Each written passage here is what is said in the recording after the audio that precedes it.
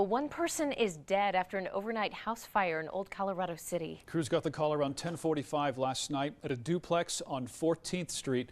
Fire Captain Mike Smaldino says one person who lived there wasn't home, but firefighters were able to rescue their dog. It wasn't until the mid-morning hours that crews were able to go inside, where they found another resident who never made it out. No names have been released yet, and the cause of fire is still under investigation. When arriving at the home last night, crews quickly recognized a big problem: low water pressure to feed their hoses. It's a problem that sometimes happens in the winter when water inside freezes, but it can happen for a variety of reasons. Gardea News Channel 13's Chase Golightly joins us live near that scene. And Chase, we understand this issue is a lot more common than one might think.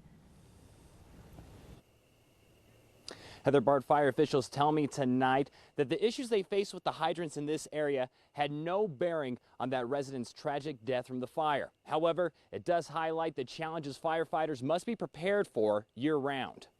As soon as firefighters arrived at this fire in Old Colorado City, they knew saving the building would be nearly impossible. We do have a fully involved structure. Aerial video taken Wednesday shows the full scope of the destruction that took the life of one person.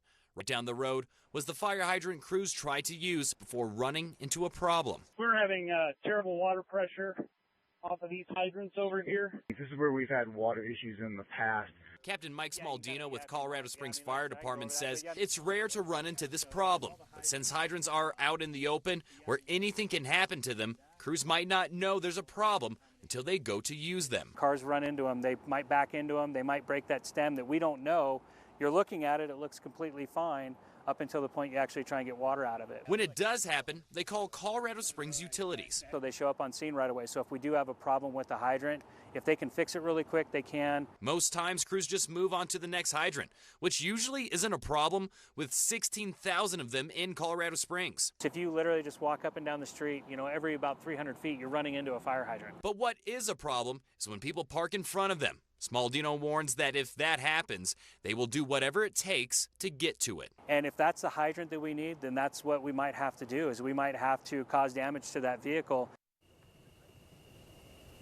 The fire department did notify Colorado Springs Utilities about the issues, the pressure issues they face with these hydrants. But the big question is how often do fire hydrants get inspected? According to CSU policy, non-critical fire hydrants like this one get inspected every 5 years. We did reach out to CSU officials to find out when the last time inspections happened in this area, and we're still waiting to hear back from them. Reporting live in Colorado Springs, Chase Golightly, KRDO News Channel 13.